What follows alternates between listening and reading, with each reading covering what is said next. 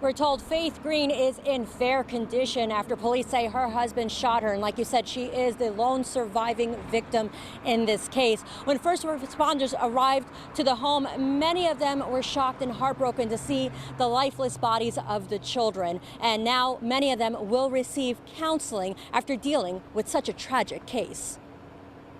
There's two that are breathing, one appears to be alive. It hits home because you're dealing with young, innocent children that still have a whole life to live. When police arrived on the scene, they found 2 teenagers and 2 young children killed and their mother fighting for her life. A tragic incident like this can leave first responders traumatized. That's why many will be offered counseling. A couple of the officers responding to the scene were just rookies. They've got a couple months on the job, and if they're going to experience this right in the beginning, we want to make sure that they're comfortable with their feelings. Family trouble. He called in by Taylor. And they left the location there. Told her that he killed his family members in the house. There's not a member of this department that was on duty or off duty that wasn't affected by this run. Dearborn Heights Fire Department has a peer support team to help the paramedics who responded to the killings. They say PTSD can be prevalent after events like this. And there's triggers. There's sounds, sights, smells.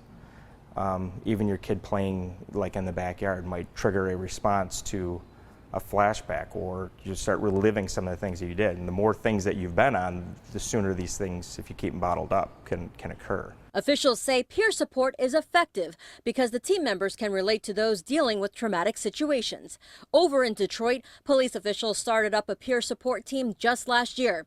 They plan on reaching out to Dearborn Heights first responders to offer their services. It's normal to have feelings about, even if they're not your family members or you don't know the people, it's normal to feel sad.